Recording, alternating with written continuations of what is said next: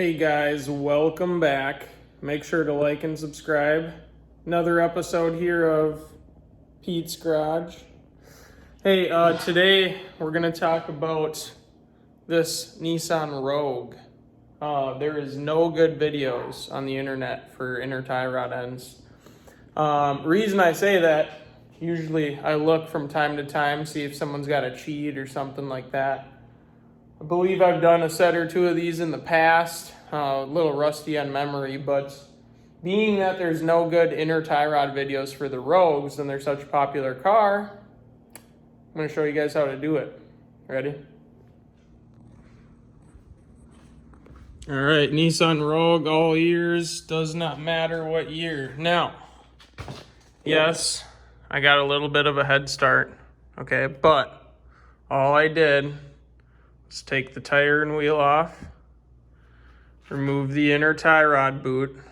Now the way to do that, you get yourself a long pick, you send it way down in there, and then where the little hook is on the clamp, because I've already taken the clamp off of this boot, you go through the little open window and you start finessing and you work it around and it'll pop. So there's a little bit of play, and then you got to just pop it. It's got a little clip tab on it, one little nib or nub that it catches on, and you just got to pop the end of it off and you can pull the whole thing. So once you do that, there's a clamp up here obviously, which is this guy. And I apologize about the lighting, but release that guy, pull it down, give the boot a good yank, and there we are, inner tie rod end. Now, in this position, okay, as you guys can see, the wheel is faced to the right. That means if you're sitting in the car, I got the steering wheel turned all the way to the right.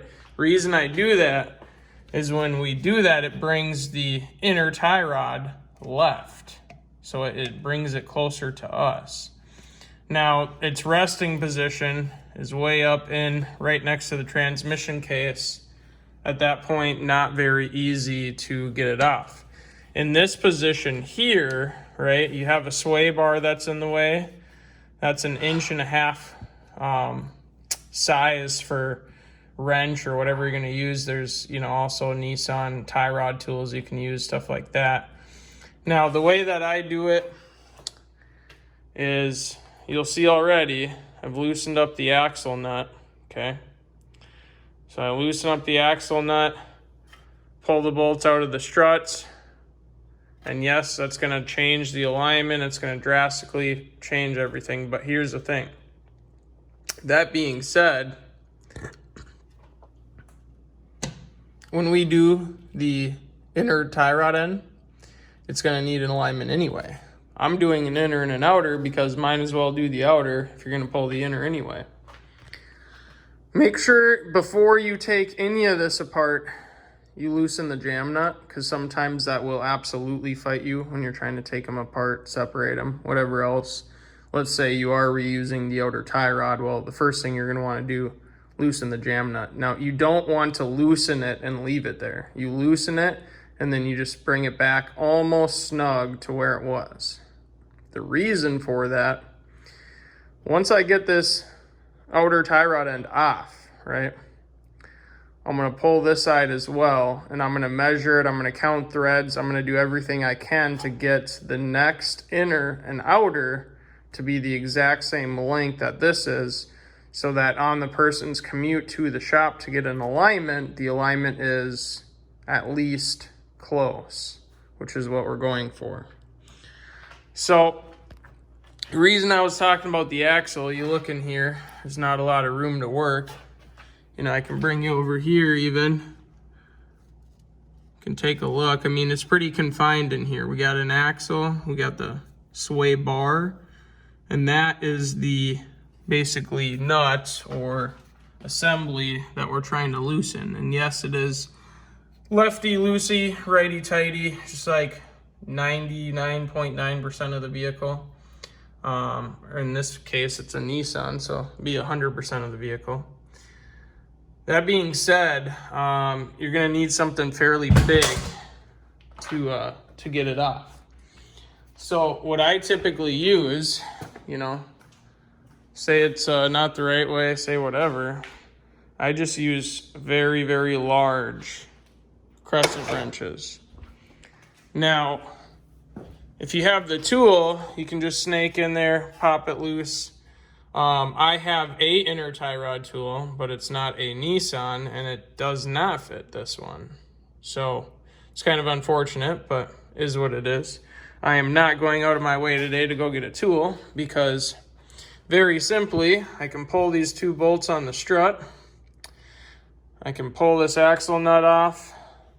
I can pull the CV out. And then that way I have all the clearance in the world in front of it. I'm making a bunch of noise, guys, apologize. But essentially, once this axle is out of the way, I have a straight shot right at that inner tie rod. Now, it is the same for the other side as well. Now, you know what, I'll hop under here and I'll show you guys. Let's say you're doing a passenger one. Well, you see where that CV axle joins into the carrier bearing / extension axle? Now, the inner tie rod end, if it's all the way turns the opposite direction, would be in a position where the axle will still be in the way right there. So it's the same deal. You just pull the CV axle, then you got all the room in the world to crank on a wrench. So there's a lot of guys out there with different ways of doing it and this and that. And I'm sure the way to do it would just be to get an appropriate fitting inner tie rod end tool. But a lot of you guys at home may not have one, or if you're like me, you don't have the right one. So once you pull the CV axle, I'll give you a shot from this side. Inner tie rod end, CV axle. Now you have all this room to swing a wrench without interference. So if you guys have never pulled a CV axle, I would advise you don't do that, or at least seek help from a friend or somebody who has done it before.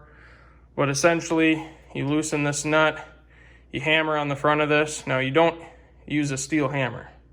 I mean, that's the last resort, because odds are you're going to damage the threads, which is why I have this nut flush with the axle. So when I hit on it, it's not just going to bend the front threads on the axle, it's going to hit the nut first, which is less likely to damage the axle. But you got to watch out for that as well, because if you mar the nut and it becomes wider, it's not going to want to thread over the axle. So there's a balance here. You know, I have it where it's dang near flush. And usually you want to use like a rubber dead blow or something that is very heavy that doesn't have a metal surface on it. And you whack it and it'll free the axle so that the axle can, well, that's not even wanting to move. I had to hit it pretty hard, but essentially the axle's got to go through this way. So this nut will come off the rest of the way. The axle will go out once you pull these bolts and the outer tie rod end. Now you got to keep in mind, you got a brake line here, so you got to watch out for that because you don't want to be yanking on it. But essentially you would take the spindle, separate it from the strut. Once the outer tie rod end is off of the spindle, you can take the spindle, bend it back. That will give you enough clearance to pull the axle out of the actual hub. And once the axle's out of this side, this just takes a good amount of force tugging out. You do not want to pull on the boot. You pull on the actual axle housing, this rusty piece you see here. It's got a C-clip, so it's going to fight you, and then you finally separate it. It is going to leak transmission fluid, so you're going to need to be able to top that off. But you guys get the idea. Once the axle's out, you have a straight shot at the inner tie rod end. Break it loose. Next one threads on, tighten it down, put the axle back in, all back together. Now in this particular case, as you guys can see, I've cleaned some of it, but the CV axle is leaking. So being that the CV axle is leaking, we're going to replace the CV axle while it's out, or at least I think we are. I got a hold of the customer, so we'll see what they want to do with it. But yeah, pretty simple deal. Just wanted to give you guys a breakdown. Maybe I'll shoot a little clip when the axle's out as far as breaking it loose. Always use red Loctite when you put new inner tie rod ends on, especially if you're in a position where you can't quite torque it like you should. If you're in a position like that, I would double think what you're doing. The last thing you want is an inner tie rod end separating while you're driving the car. So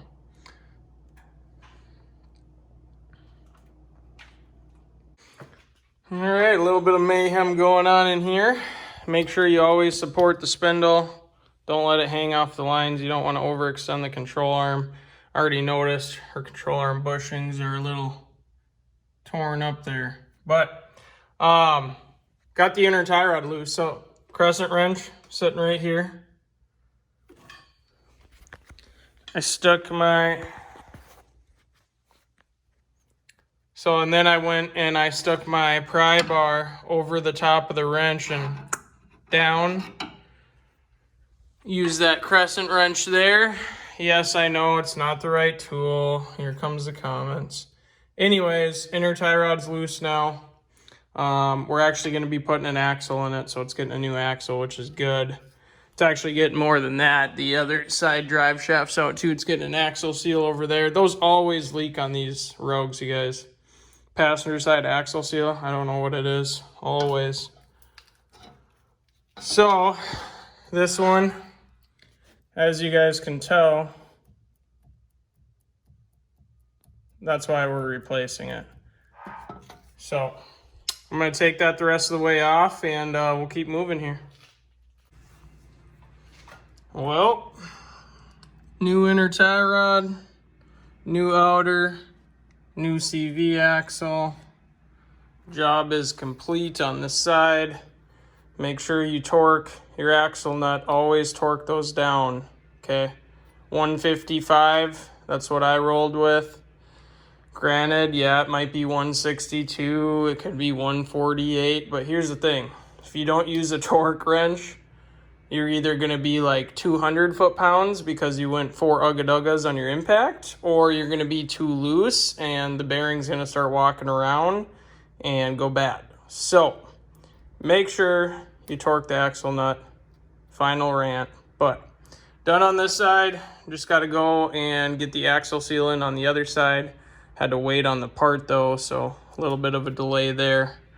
But otherwise, yeah, not a horrible job. The CV axles aren't very bad to take out of this car. So if you're also curious on replacement, again, remove the strut bolts, disconnect the brake line clip and the ABS so they don't hang on the spindle and get ripped.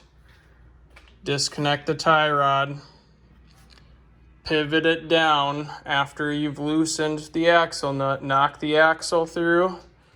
Move the spindle out of the way by rotating it because you won't have a tie rod connected, so you'll be able to turn it.